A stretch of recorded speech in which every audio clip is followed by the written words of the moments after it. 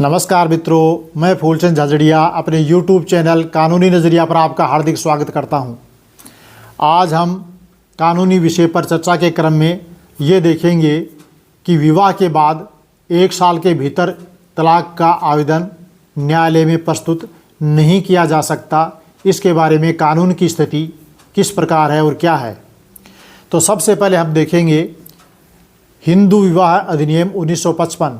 ये जो हम आज इस टॉपिक पर बात कर रहे हैं, ये उन लोगों की शादी के बारे में बात कर रहे हैं जिन पर हिंदू विवाह अधिनियम 1955 लागू होता है। तो हिंदू विवाह अधिनियम 1955 की धारा 14 में क्या कहा? ये कहा कि विवाह की तारीख से 1 वर्ष के भीतर तलाक के लिए कोई याचिका प्रस्तुत नहीं की जाएगी। और इसके 2 अपवाद दिए हैं। पहला अपवाद है कि याचिकाकर्ता के लिए असाधारण कठिनाई, जो चैलेंज करना चाह रहा है शादी को, जो तलाक चाह रहा है, उसके लिए बहुत ही ज़्यादा गंभीर स्थिति है और असाधारण कठिनाई है। साधारण कठिनाई नहीं, असाधारण कठिनाई। और दूसरा है विपक्षी की असाधारण चरित्रहीनता, जिसके विरुद्ध ये याचिका पेश करना चाह रहा है, उस विपक्षी की चरित्रहीनता बहुत ही ज़्यादा असाधारण और असहनीय है। तो इन दोनों आपवादिक स्थिति में न्यायालय की अनुमति के लिए आवेदन करना होगा। और न्यायालय की अनुमति मिल जाती है कि ठीक है, ऐसी स्थिति है तो आप पेश कर सकते हैं, तभी पेश किया जा सकता है 1 साल के भीतर। अन्यथा विवाह की तारीख से 1 साल के भीतर कोई विवाह विघटन या विवाह विच्छेद या तलाक का आवेदन न्यायालय में प्रस्तुत नहीं किया जा सकता। 1 साल के पश्चात ही पेश किया जा सकता है। तो ये जो आज हम जिस मामले की बात कर रहे हैं वो उत्तर प्रदेश का मामला है। तो इसमें पति पत्नी ने शादी के कुछ ही दिन बाद, अभी 1 साल भी पूरा नहीं हुआ, और आपसी सहमति से, पारस्परिक सहमति से, आपसी रजामंदी से हिंदू विवाह अधिनियम 1955 की धारा 13B के तहत विवाह विच्छेद की याचिका पारिवारिक न्यायालय में पेश की।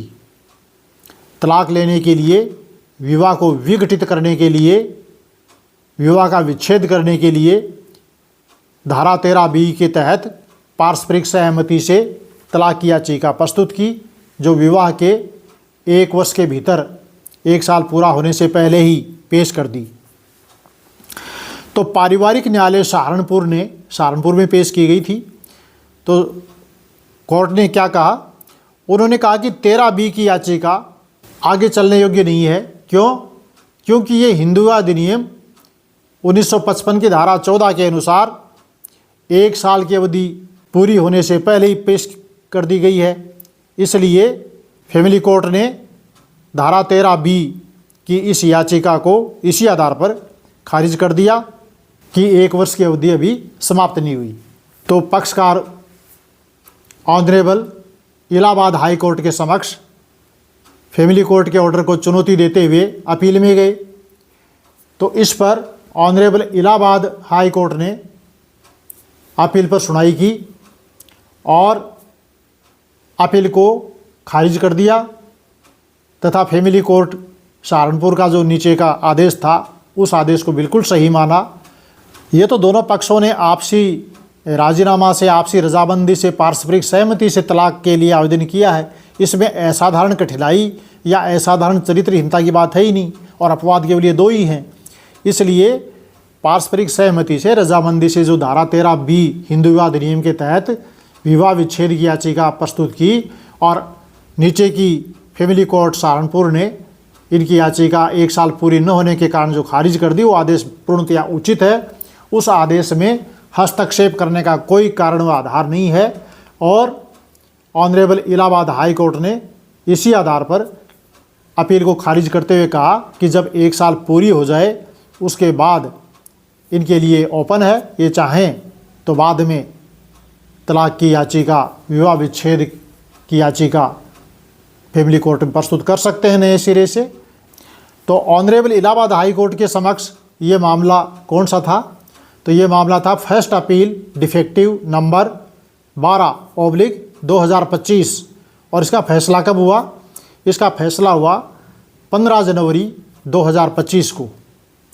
देखिए, इसमें मैं एक बात और यहाँ स्पष्ट कर देना चाहता हूँ कि ये जो मैंने अभी आपको कानून बताया है, धारा 14 हिंदू विवाह अधिनियम 1955 का और फैमिली कोर्ट का आदेश और ऑनरेबल इलाहाबाद हाई कोर्ट का अपील में पारित किया गया आदेश, ये जो पूरा मामला है ये तलाक के संबंध में है, ये विवाह विच्छेद के संबंध में है, ये विवाह विघटन के संबंध में है। यदि कोई मामला विवाह को शून्य घोषित करने के लिए हो, उस पर यह धारा 14 लागू नहीं होती है। शून्य घोषित करने के लिए 1 साल तक इंतजार करने की आवश्यकता नहीं है। तो धारा 11 और धारा 12 हिंदू विवाह अधिनियम, इसमें शून्य विवाह और शून्य करणीय विवाह है, इनको परिभाषित किया गया है। तो शून्य विवाह घोषित करने के लिए ये अवधि लागू नहीं होगी। ये अवधि उन मामलों में है जहाँ विधिवत विवाह हुआ है और उस विवाह को अब विघटित किया जाना है, उस विवाह का अब विच्छेद किया जाना है, उस विवाह से अब तलाक होना है। तो उसके लिए धारा 14 की इस 1 वर्ष की अवधि को ध्यान में रखते हुए विवाह की तारीख से 1 वर्ष के पश्चात ही विवाह विच्छेद की याचिका फैमिली कोर्ट के अंदर या जो भी कोर्ट ये मामले सुनती है, जिसको फैमिली कोर्ट की पावर दे रखी है, उसके अंदर पेश किया जा सकता है। मैं समझता हूँ कि ये छोटा सा तथ्य आपको पसंद आया होगा, इसके कंसेप्ट क्लियर हुए होंगे। यदि आपको ये वीडियो अच्छा लगा हो तो आप इसे लाइक कीजिए, शेयर कीजिए और सब्सक्राइब कीजिए। आपका बहुत बहुत धन्यवाद। नमस्कार।